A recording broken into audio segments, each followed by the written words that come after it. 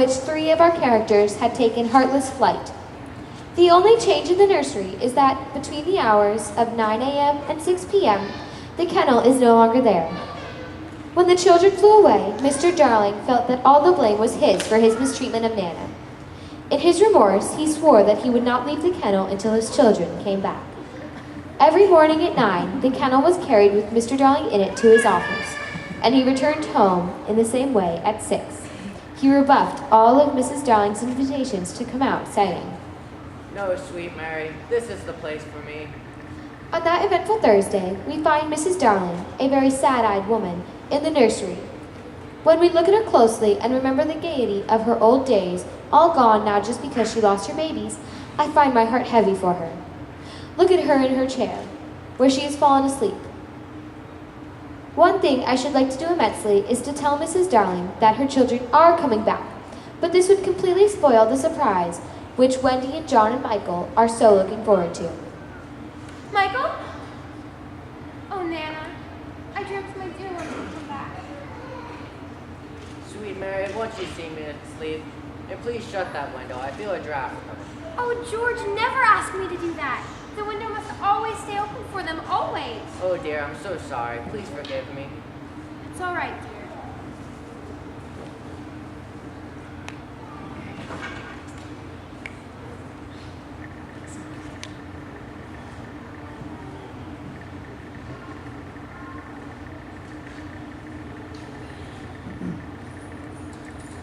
Quick, Dee. That's right. Close the window. You and I will get away by the front door. Look, it's Wendy's mother. She's a pretty lady, but not so pretty as my mother's was. Her mouth is full of thimbles, but not so full as my mother's was. Of course, he knew nothing whatever about his mother, but he sometimes bragged about her. He peeped in again to see why the music had stopped. And now he saw that Mrs. Darling had laid her head on the sewing box, and 2 tears were sitting in her eyes. She wants me to open the window, but I won't. Not I! He peeped again, and the tears were still there, or another 2 had taken their place. She's awfully fond of Wendy, but I'm fond of her too. We can't both have her, lady. But the lady would not make the best of it, and he was unhappy. He ceased to look at her, but even then she would not let go of him.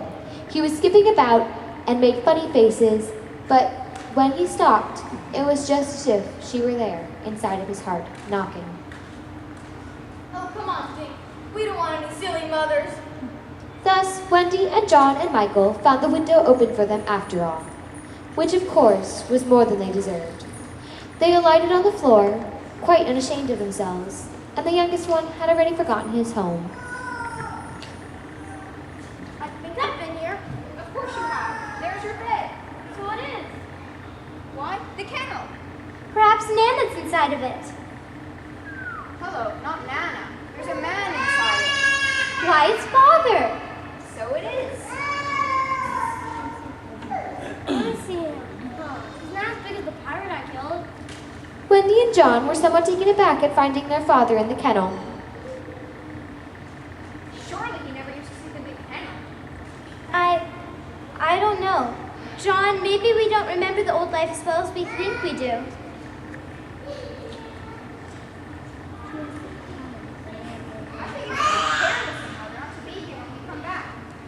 It was then that Mrs. Darling began humming again. Why, it's Mother. So it is. So you're not really our mother, Wendy. Oh dear. It was quite time we came home, wasn't it, dear Michael? But this creepy put her hands over us. No, John, that might scare her too much. Let's slip into our beds, and when she comes back, it will be just as if we had never left. And so, when Mrs. Darling went back into the nursery to see if her husband was asleep, all the beds were occupied. The children waited for her to cry of joy, but it did not come. She saw them, but she did not believe they were there. You see, she saw them in their beds so often in her dreams, she thought that this was just another dream. She sat down in the chair where, in the old days, she had nursed them. Mother? That's Wendy. Mother. That's John. Mother. That's Michael. George! George, come quickly! The children have come back! There could not have been a lovelier sight, but there was none to see it except a little boy who was staring in at the window, at the one joy from which he must forever be barred. Now, I'm sure you want to know what became of the other boys. After Mr. and Mrs. Darling had come to their senses that the children really had come back, the lost boys, all except for Peter, of course, came tumbling into the nursery. They stood in a tidy row in front of Mrs. Darling, all except for Nibs, with their hats off. They said nothing, but their eyes asked her to have them. They ought to have looked at Mr. Darling also, but they forgot about him. And what's your name? Nibs, I play on the battle. And would you like a mother too, my dear Nibs? Yes. Of course, Mrs. Darling said at once that she would have them, but Mr. Darling was curiously depressed. They quickly saw that he considered 6 a rather large number. I must say, my dear, that you certainly do not do things by halves. Do you think we should be too much of a handful, sir? Because if so, we can go away. Oh, Father! We could sleep doubled up. And I always cut their hair myself. Oh, George. Well, I'm just so very glad to see you, my dear children. I only wish you would have asked of my opinion as well as mother's. It makes me feel unnecessary. I do not think you're unnecessary at all. Do you think he is unnecessary, Molly? No, I don't. Think he's unnecessary slightly? Probably not. What do you think, twins? It turned out that not one of them thought him anything other than absolutely necessary, and he was absurdly gratified.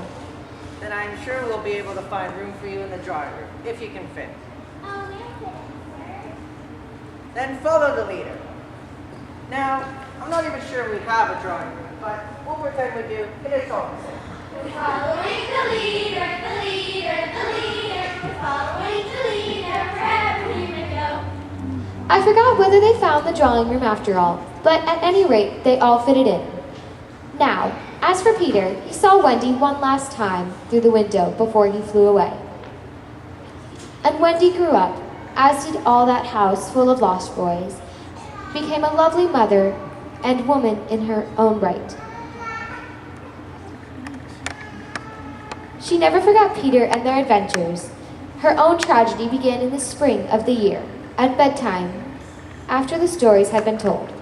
Jane was now asleep in her bed. Wendy was sewing. Then the window blew open of old, and Peter dropped in on the floor. He was exactly the same as ever, and Wendy saw at once that he still had all his first teeth. Hello, Wendy. Hello, Peter. Where's John? John is not here now. Is Michael sleeping? Yes. Well, that is not Michael. Is it a new one? Yes. Boy or girl? Girl. Now surely he would understand, but not a bit of it. Oh, Peter, are you expecting me to fly away with you? Of course, that is why I've come. Have you forgotten it is spring cleaning time? I can't come. I've forgotten how to fly. I'll soon teach you again. Peter, don't waste the fairy dust on me. What? Who is it? I will turn up the light, and you can see for yourself. And for almost the only time in his life that I know of, Peter was afraid.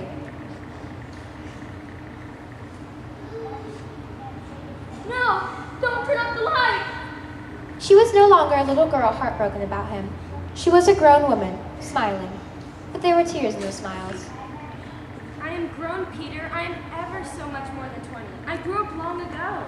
You promised not to. I couldn't help it. I'm a married woman now, Peter. No, you're not. Yes, and the little girl in the bed is my baby. No, she isn't.